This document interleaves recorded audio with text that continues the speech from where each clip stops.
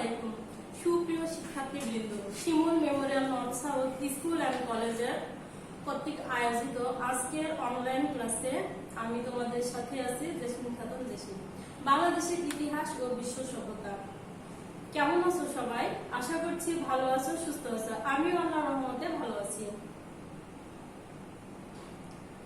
আজকে অবশ্যই revision class, এবং এই রিভিশন ক্লাসে তোমরা মনোযোগ সহকারে আমার কথাগুলো শুনবে এবং গুরুত্বপূর্ণ তথ্যগুলো পয়েন্ট আউট করবে এবং সেগুলো অবশ্যই মনোযোগ সহকারে চর্চা করবে। তার আগে সবাই খাতা এবং বই সামনে রাখো। যেগুলো গুরুত্বপূর্ণ টপিক সেগুলো অবশ্যই তোমরা নোট করে রাখবে। তাহলে আজকে কি অধ্যায়ে ক্লাস হবে, যেটা গত ক্লাসে আমি বলে দিয়েছিলাম, এবং এর আগে এই অধ্যায় থেকে আরো একটা রিভিশন ক্লাস হয়ে গেছে। অধ্যায় নবম, নাম ইংরেজ শাসনামলে বাংলায় প্রতিরোধ, নবজাগরণ ও সংস্কার আন্দোলন। শিক্ষণফল, আজকের পাঠ শেষে ইংরেজ শাসনের বিরুদ্ধে যুদ্ধ ও প্রতিরোধ আন্দোলনের বিভিন্ন ঘটনা প্রবাহের মধ্যে দিয়ে দেশপ্রেমে অনুপ্রাণিত হতে পারবে। বিভিন্ন সংস্কারক ও সংস্কার কর্মকাণ্ড জানার মাধ্যমে মুক্ত চিন্তা উপলব্ধি করতে পারবে।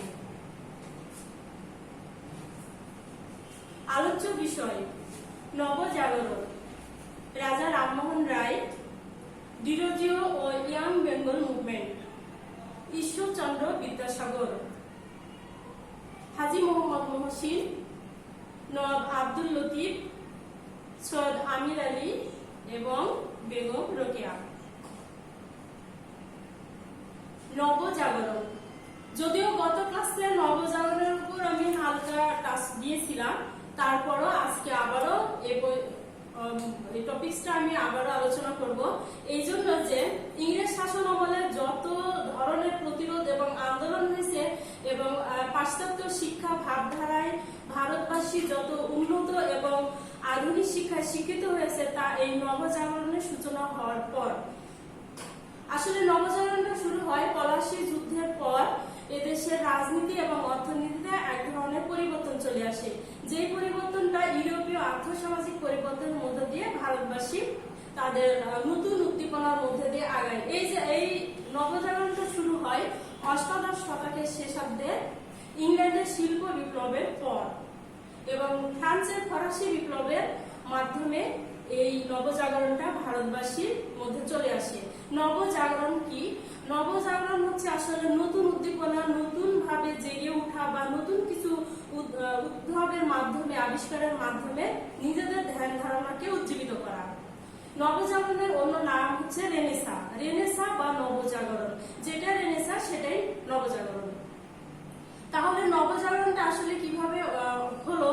যে ইউরোপীয় শিক্ষা এবং পাশ্চাত্য ইউরোপীয় শিক্ষা এবং আর্থসামাজিক রাজনৈতিক ভাবধারা ভারতবাসীর চেতনাকে উজ্জীবিত করার মাধ্যমে নতুন সাহিত্য, নতুন ভাষা এবং নতুন ভাবধারায় উজ্জীবিত হয়, এবং নতুন যে সাহিত্য, সংস্কৃতি, ধর্মমত, সমাজ সংস্কৃতি সবকিছু পরিবর্তন চলে আসে, এবং পাশাপাশি আধুনিক শিক্ষা এবং ইংরেজি শিক্ষার প্রতি অনুপ্রাণিত হয় ভারতবাসী।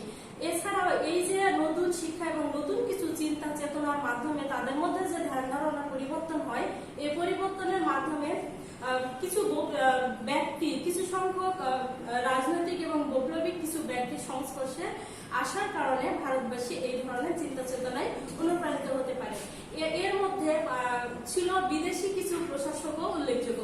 এই যে বিদেশি প্রশাসকরা তাদের উদারনৈতিক মানসিকতার কারণে যে পাশ্চাত্যের ভাবধারা এবং চিন্তা চেতনা ভারতবাসীর মনে জুগিয়েছিল, তাদের মধ্যে নাম না বললেই নয় যে মেজর মনরো, মেডাকফ, ওয়ারেন হেস্টিং উল্লেখযোগ্য। এছাড়া খ্রিস্টান মিশনারিরা যে ছাপাখানা প্রতিষ্ঠা করেছিল, এই ছাপাখানা প্রতিষ্ঠার মাধ্যমে ভারতবর্ষের নতুন ভাবে সাহিত্য রচনার পথ উন্মোচন হয়।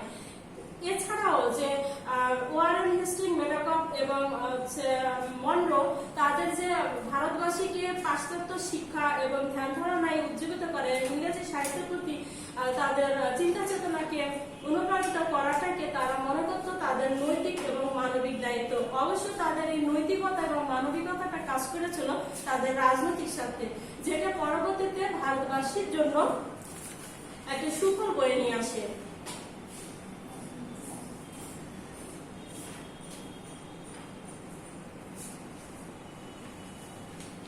এছাড়াও ভাষা সাহিত্যের উন্নতির জন্য যে ব্যাপক উৎসাহ দিয়েছিলেন এই ধরনের রাজনৈতিক ব্যক্তিবর্গ, এবং তাদের যা চিন্তা চেতনা এবং ধ্যান ধারণাকে পাল্টে দিয়ে ভারতবাসীদের যুগোপযোগী উন্নত করাটাই তারা নৈতিকতার সহিত দেখেছেন। এই যে পাশে যে ছবিটা দেখতে পাচ্ছ, এই ছবিটার ব্যক্তিটা হচ্ছে সেই মেজর মনরো, যার সাথে বক্সারের যুদ্ধ সংঘটিত হয়েছিল মীর কাসেম এবং মেজর মনরো, এবং এই মেজর মনরোর সাথে যুদ্ধ সংঘটিত হওয়ার পরে মীর কাসেম পরাজিত হলে বাংলাদেশের স্বাধীনতার সূর্য অস্ত নিমিত যায় এবং বাংলার স্বাধীনতার সর্বনিম্ন আশাটুকু সেখান থেকে ধূলিসাৎ হয়ে যায়, চলে আসে ইংরেজদের একছত্র অধিকার।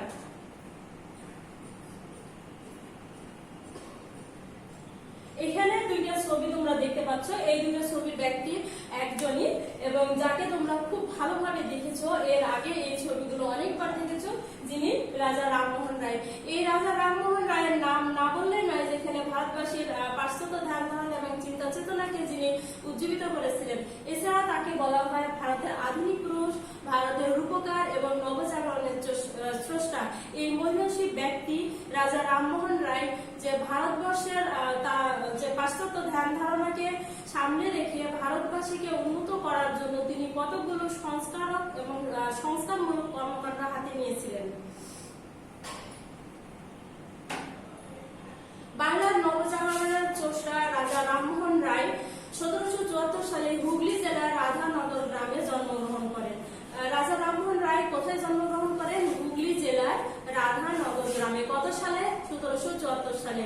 আধুনিক ভারতের রূপকারে রাজা রামমোহন রায় তৎকালীন সামাজিক এবং যে রাজনৈতিক গতিধারাকে তিনি গভীরভাবে উপলব্ধি করেছিলেন। এছাড়া তিনি চেষ্টা করেছেন যে তৎকালীন সমাজের যে কুসংস্কার, এই কুসংস্কার দূরীকরণ করতে, হিন্দু সমাজে প্রচলিত ধ্যান ধারণাকে পাল্টে দিয়ে তিনি কলিঙ্গ প্রথা এবং সতীদাহ প্রথা, বিধবা বিবাহ আইন পাশ করেন, এবং পরবর্তীতে আসলে কলিঙ্গ প্রথাটাকে, যে হিন্দু সমাজে একটা অত্যন্ত জটিল একটা প্রথা ছিল, এই প্রথাকে সামনে রেখে হিন্দু সমাজ ছিল একটা অন্ধকারে এবং নিমজ্জিত। বিধবা বিবাহ আইন এবং এরকম তৎকালীন হিন্দু সমাজে কুসংস্কারাচ্ছন্ন নিমজ্জিত ছিল। তাদের ঠিক এরকম ছিল যে কোন নারীর একবার বিয়ে হওয়ার পর তার স্বামী মারা গেলে তাকে আর দ্বিতীয়বার বিবাহের কোনো অনুমোদন ছিল না। যা এই সংস্কার কাজগুলো এই প্রমুখ ব্যক্তির হাতে নিয়েছিলেন। কলিঙ্গ প্রথা প্রবর্তন করেন কে? রাজা রামমোহন রায়। কলিঙ্গ প্রথা, কলিঙ্গ শব্দের অর্থ হচ্ছে কুল, এবং কুল অর্থ বংশ মর্যাদা রক্ষা করা। হিন্দু সমাজে এটা একটা কঠোর নীতি ছিল যে তারা বংশ মর্যাদা রক্ষা করার জন্য, বংশটাকে রক্ষা করার জন্য তারা বহু বিবাহে লিপ্ত হতো। এছাড়া এই মহিষী ব্যক্তি রাজা রামমোহন রায় 1822 সালে কলকাতায় অ্যাংলো হিন্দু স্কুল প্রতিষ্ঠা করেন, এবং পরবর্তীতে তিনি যে সংস্কারমূলক কাজ হাতে নিয়েছিলেন তার মধ্যে এই হিন্দু কলেজের, তিনি একজন ছিলেন আসলে প্রকৃত সংস্কৃত পণ্ডিত। এই তিনি সংস্কৃত পণ্ডিত থাকা সত্ত্বেও সংস্কৃত কলেজের জন্য প্রস্তাবিত 1923 সালে কলেজটা প্রস্তাবিত ছিল, সরকারি যে বাজেট উল্লেখ করা ছিল সেটা তিনি সম্পূর্ণ ইংরেজি শিক্ষার জন্য ব্যয় করেন। অর্থাৎ তিনি চেয়েছিলেন যে ভারতবাসীকে ইংরেজি শিক্ষায় উন্নীত করে পাশ্চাত্য ধ্যান ধারণায় উজ্জীবিত করা, এবং আধুনিক সমাজ গঠনে তিনি এইভাবে সাহায্য করেছেন। এছাড়া রাজা রামমোহন রায় যে ভারতবাসীকে চিন্তা চেতনাকে পাল্টে দেওয়ার জন্য তিনি সমাজের অন্ধকার এবং কুসংস্কার দূরীকরণ করার জন্য সতীদাহ প্রথা বিলোপ করেন। এই সতীদাহ প্রথাটা আসলে, সতীদাহ প্রথা কি?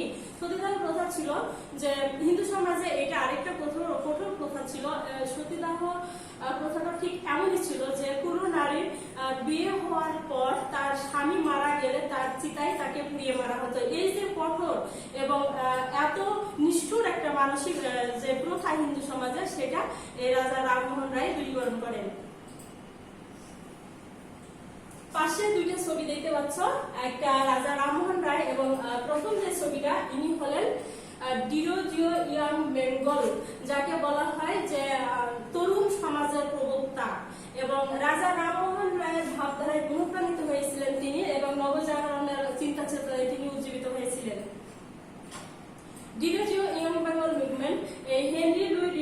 1809 সালে 18 এপ্রিল কলকাতা শহরে জন্মগ্রহণ করেন এবং তরুণ সমাজের ধ্যান ধারণাকে পাল্টে দেওয়ার জন্য তিনি 1828 সালে প্রতিষ্ঠিত একাডেমি অ্যাসোসিয়েশন প্রতিষ্ঠা করেন এবং অ্যাসোসিয়েশনের মাধ্যমে তিনি তরুণ সমাজকে নিয়ে উজ্জীবিত করেন এবং সে সময় ভারতবাসীকে যে তরুণ সমাজ যে নতুন চিন্তা চেতনার জন্য উজ্জীবিত করেছিল তার মধ্যে এই হিন্দু কলেজের তরুণ অধ্যক্ষ ডিরোজিও অন্যতম। এই ডিরোজিও পার্থেনন নামে একটা ইংরেজি সাপ্তাহিক পত্রিকা প্রকাশ করেন এবং হিসপাবাস নামে পত্রিকা 1831 সালে তিনি প্রকাশ করেন। এছাড়াও ইস্ট ইন্ডিয়া কোম্পানি পত্রিকার প্রকাশক তিনি ছিলেন। তাহলে এখানে গুরুত্বপূর্ণ কোশ্চেন, পার্থেনন কি? ইংরেজি সাপ্তাহিক পত্রিকা। হিসপাবাস কি?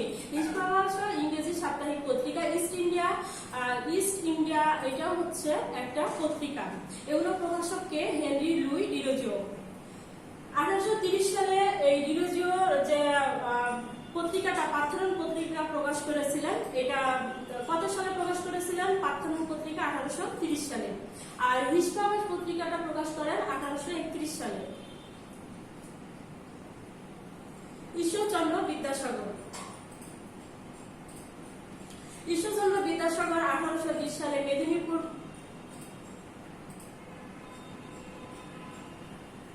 ঈশ্বরচন্দ্র বিদ্যাসাগর 1820 সালে মেদিনীপুর জেলার বীরসিংহ গ্রামে জন্মগ্রহণ করেন এবং তিনি একজন সফল সমাজ সংস্কারক ছিলেন। তিনি হিন্দু সমাজের যে বিধবা বিবাহের পক্ষে কঠোর অবস্থান নেন এবং এই বিধবা বিবাহ আইন পাশ করার জন্য তিনি ইংরেজ গভর্নর জেনারেলের অনুমতি নেন এবং 1856 সালে এই আইন পাশ করান। অর্থাৎ ঈশ্বরচন্দ্র বিদ্যাসাগর বিধবা বিবাহ আইন পাশ করেন। তাহলে হিন্দু সমাজে বিধবা বিবাহ আইনের প্রবর্তক কে ছিলেন? ঈশ্বরচন্দ্র বিদ্যাসাগর। এখানে দেখো তিনটা ছবি দেখা যাচ্ছে। প্রথমে যে ছবিটা তোমরা দেখতে পাচ্ছ এইটাই সেই ইমামবাড়া। ইমামবাড়া শব্দের অর্থ নিশ্চয়ই তোমরা এটা নিয়ে কনফিউজ, আসলে এটা একটা কেমন শব্দ। এবং প্রথমে এখানে একটা প্রাসাদ, পরবর্তী দেখো হাজী মোহাম্মদ মহসিন উদ্দিন কলেজ। হাজী মোহাম্মদ এখানে তাহলে নিশ্চয়ই বুঝতে পারছো যে হাজী মোহাম্মদ মহসিন কিভাবে তিনি সমাজ প্রতিষ্ঠিত হয়েছিলেন তার এই ধরনের উজ্জ্বল একটা উদাহরণ। ইমামবাড়া হচ্ছে ইমামদের বাড়ি, যেখানে শিয়া সম্প্রদায় তাদের ধর্ম প্রচারণার জন্য বা বিভিন্ন ধর্মীয় সাধনার জন্য যেখানে একত্র হতেন সেখানে করা এই ধরনের এটা ছিল হুগলিতে হাজী মোহাম্মদ মহসিনের প্রতিষ্ঠিত।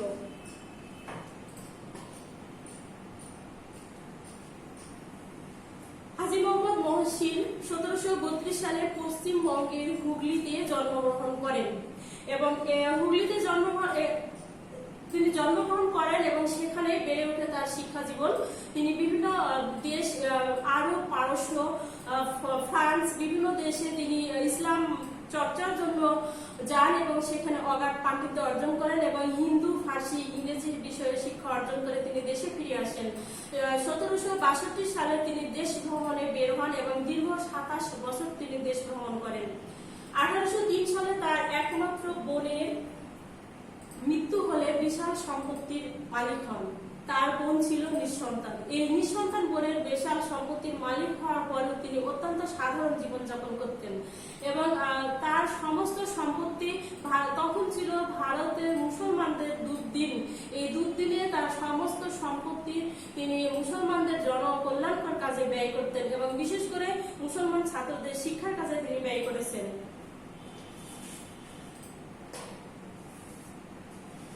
হাজী মোহাম্মদ মহসিন 1806 সালে ফান্ড গঠন করেন এবং এই ফান্ড গঠন করার জনহিতকর কাজে তার সম্পত্তিটা তিনি দান করেন। এই ফান্ডটাকে বলা হচ্ছে মহসিন ফান্ড। তাহলে মহসিন ফান্ড গঠন করা হয় কত সালে? 1806 সালে। এছাড়া 1836 সালে তিনি দাতব্য চিকিৎসালয় এবং মহসিন ফান্ড সহ যে হুগলিতে ইমামবাড়া প্রতিষ্ঠা করেন। এই ইমামবাড়া প্রতিষ্ঠা করা হয় 1848 সালে। 1822 সালে মহসিন 19শে নভেম্বর পরলোক গমন করেন। এখানে সুপ্রিয় শিক্ষার্থীবৃন্দ, কি বলছিলাম তাহলে যে হাজী মোহাম্মদ মহসিন পরলোক গমন করেন কত সালে? 1812 সালের 29শে নভেম্বর। এখানে গুরুত্বপূর্ণ যে পয়েন্ট সেটা হচ্ছে মহসিন ফান্ড গঠন করা হয় সালে। এছাড়া ইমামবাড়া প্রতিষ্ঠা করা হয় কত সালে? 1848 সালে। এটা অবশ্যই তোমরা মনে রাখবে।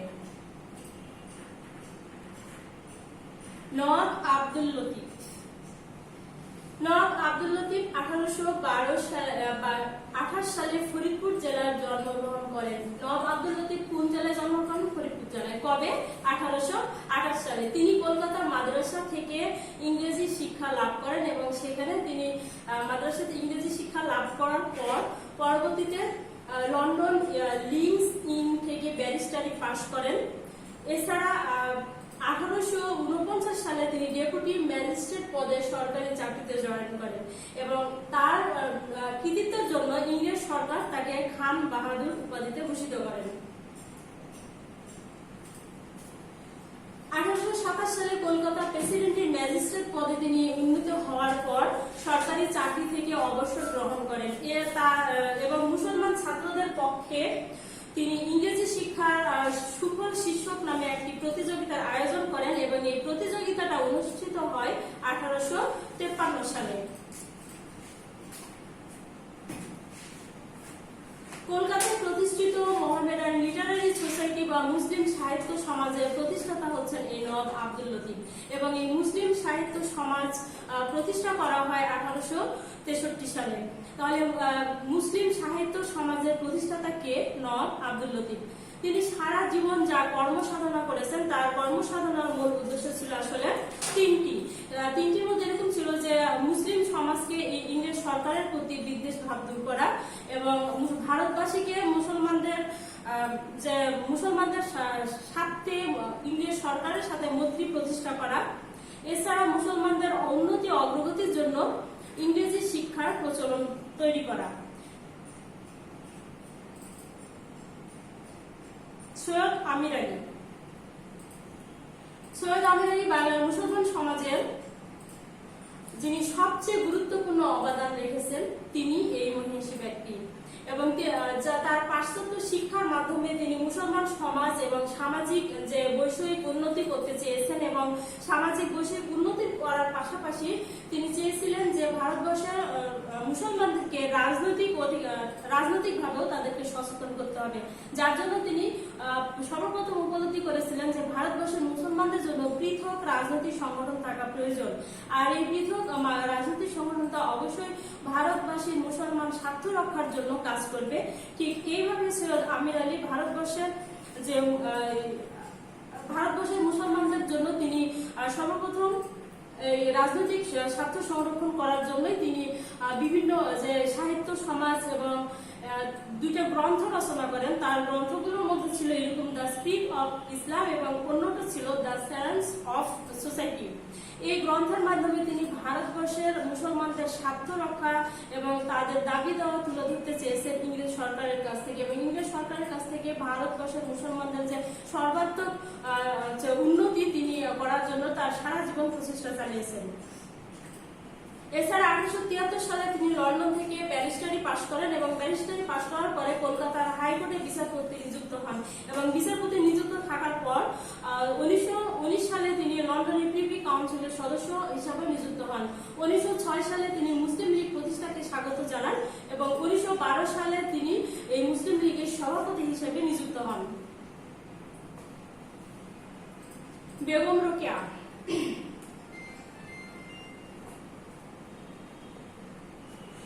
বেগম রোকেয়া 1880 সালে রংপুর জেলার মিঠাপুকুর উপজেলার পায়রা বন্দর গ্রামে জন্মগ্রহণ করেন। তার পিতার নাম জহিরউদ্দিন মোহাম্মদ আবু আলী সাবের, বড় ভাই ইব্রাহিম সাবের, মাতা মোসাম্মদ বাহাতুন্নেসা সাবেরা চৌধুরানী এবং বোন করিমুন্নেসা। বেগম রোকেয়ার শিক্ষা জীবন শুরু হয় তার পরিবারের বড় ভাই এবং বোনের কাছে। রক্ষণশীল মুসলিম সমাজে বেগম সে সময় যেহেতু নারী জাতিদেরকে লেখাপড়া থেকে দূরে রাখা হতো এবং অন্ধকার সমাজে নারী জাতিদের যে কুসংস্কারাচ্ছন্ন সমাজ থেকে তিনি বেরিয়ে আসার চেষ্টা করেন এবং পরবর্তীতে তিনি মুসলমান সমাজের যে নারীদের চরম দুর্দশা এবং নারীদের যে চরম অত্যাচার নির্যাতনের কাহিনী তিনি যা চোখে দেখেছেন তাই তিনি তার লেখনের মাধ্যমে তুলে ধরেছেন। তিনি বাংলা, ইংরেজি, সাহিত্য, উর্দু, ফার্সি বিভিন্ন ভাষায় পাণ্ডিত্য অর্জন করেন এবং তিনি ছোটবেলা থেকে বিভিন্ন সাহিত্য চর্চা মনোনিবেশ করেন। তার উল্লেখযোগ্য গ্রন্থগুলোর মধ্যে অবরোধ বাসিনী, মতিঝিল সুলতানা স্বপ্না ইত্যাদি। এছাড়া এই মহিষী নারী 1911 সালে কলকাতায় Sakhawat Memorial Urdu primary school প্রতিষ্ঠা করেন এবং 1916 সালে তিনি আঞ্জুমান খাওয়াতিনে ইসলাম নামে মুসলিম মহিলা সমিতি গঠন করেন। এখানে একটা গুরুত্বপূর্ণ কোশ্চেন যে আঞ্জুমান খাওয়াতিনে ইসলাম কি, এখানে মুসলিম মহিলা সমিতি। এটা কত সালে প্রতিষ্ঠা করা হয়? 1916 সালে। নারী মুক্তি আন্দোলনের প্রতীকৃত এই বেগম রোকেয়া তার নারীর প্রতি অসহিষ্ণুতার যে মনোভাব এবং যে তীব্র ক্ষোভ ছিল, তার এই বিদ্রোহের সুর তার লেখনীর মাধ্যমে তিনি ফুটে তুলেছেন এবং সর্বশেষে 1932 সালে এই মহিষী নারী মৃত্যুবরণ করেন। আজকের আলোচনা এ পর্যন্ত শেষ। এবার আমরা দেখব যে আলোচনার মধ্যে থেকে তোমরা গুরুত্বপূর্ণ কোন টপিকস মনে রাখতে পেরেছো কিনা। আজকের আলোচনার মধ্যে ছিল পার্থেনন কি। পার্থেনন কি আমি বারবার বলেছি, পার্থেনন হচ্ছে ইংরেজি সাপ্তাহিক পত্রিকা। এটা প্রকাশক কে? Henry Louis Derozio. ব্রাহ্মণিকাল পত্রিকার প্রকাশক কে? ব্রাহ্মণিকাল পত্রিকার প্রকাশক রাজা রামমোহন রায়। অ্যাংলো হিন্দু স্কুল প্রতিষ্ঠা করেন কে? অ্যাংলো হিন্দু স্কুল প্রতিষ্ঠা করেন রাজা রামমোহন রায়। কত সালে ইমামবাড়া প্রতিষ্ঠিত হয়? ইমামবাড়া প্রতিষ্ঠিত হয় 1848 সালে। কে ইমামবাড়া প্রতিষ্ঠা করেন? হাজী মোহাম্মদ মহসিন। বেগম রোকেয়া কত সালে মৃত্যুবরণ করেন? বেগম রোকেয়া মৃত্যুবরণ করেন 1932 সালে।